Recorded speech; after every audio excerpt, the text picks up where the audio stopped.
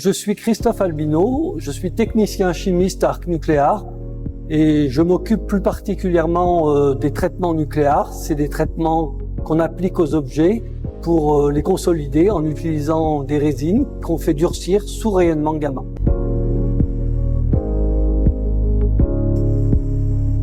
Le traitement nucléaire, c'est le premier traitement qui a donné naissance au laboratoire Arc Nucléar.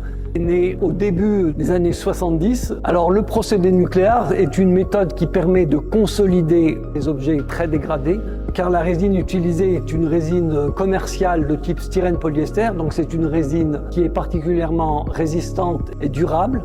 C'est une résine qui a une dureté importante.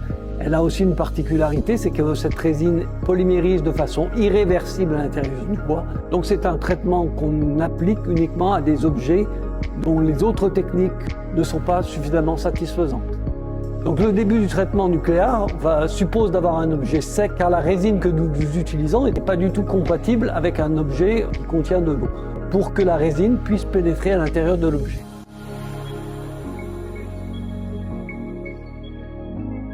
La première étape de ce traitement va être de préparer l'objet pour le disposer à l'intérieur de l'autoclave d'imprégnation.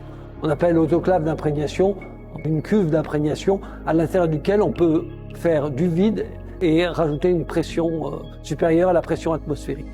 Donc préalablement, on va disposer les objets sur un panier. Ce panier est descendu à l'intérieur de l'autoclave d'imprégnation. Il faut s'assurer pendant toute la durée de l'imprégnation que les objets restent totalement immergés dans la résine.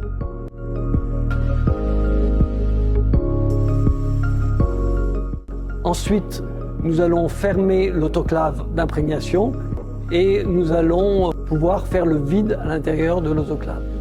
Le vide va permettre d'extraire tous les gaz qui sont prisonniers à l'intérieur du bois, permettre à la résine de diffuser facilement.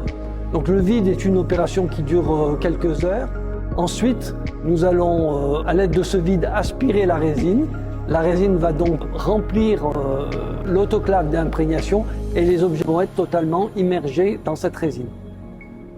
Cette résine, ensuite, va être forcée à rentrer à l'intérieur du bois en appliquant une surpression d'azote à l'intérieur de l'autoclave d'imprégnation. À la fin de cette étape, on a décidé que tous les pores du bois étaient correctement imprégnés et que le bois était gorgé de cette résine. À ce moment-là, on va rechasser toute la résine qui n'a pas pénétré dans le bois et qui va être récupérée pour des traitements ultérieurs. Et on va pouvoir sortir les bois pour faire durcir cette résine liquide.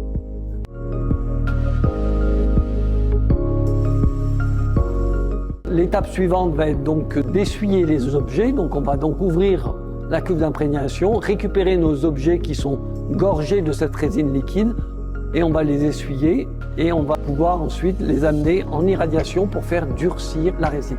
Donc on va placer les objets à proximité de sources de cobalt 60 pour faire polymériser, donc pour faire durcir cette résine. Cette étape va durer quelques heures et au bout de quelques heures, il va falloir à nouveau essuyer les objets pour éliminer les traces de résine qui auraient boulé pendant cette première phase. Ensuite, on va replacer les objets en irradiation pour terminer l'irradiation, c'est-à-dire pour finir de durcir complètement la résine qui est à l'intérieur des objets. Et à ce moment-là, on a des objets qui ont un aspect extérieur relativement propre puisqu'on a essuyé toutes les traces de résine. On est obligé d'essuyer ces traces de résine extérieure puisqu'on ne veut pas rendre l'objet avec un aspect plastique et on veut qu'il conserve son aspect matériau bois.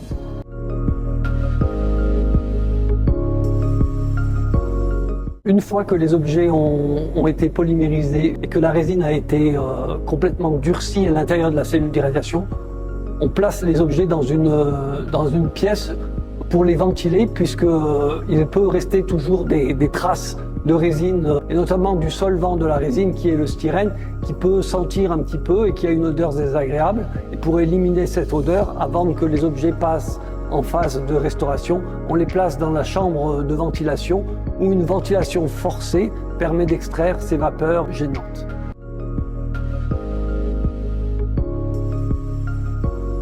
Il y a des collections particulièrement emblématiques pour Arc Nucléar. notamment tous les objets qui ont été fouillés dans le lac de Charavine, qui sont venus et qui ont été traités par la méthode nucléaire à Grenoble au sein du laboratoire Arc Nucléaire. Il y a aussi une partie du bateau de Arles qui a été traitée avec la méthode nucléaire, car elle possédait des éléments métalliques et que pour préserver ces éléments métalliques, la méthode nucléaire a été ajoutée au traitement classique PEG lyophilisation.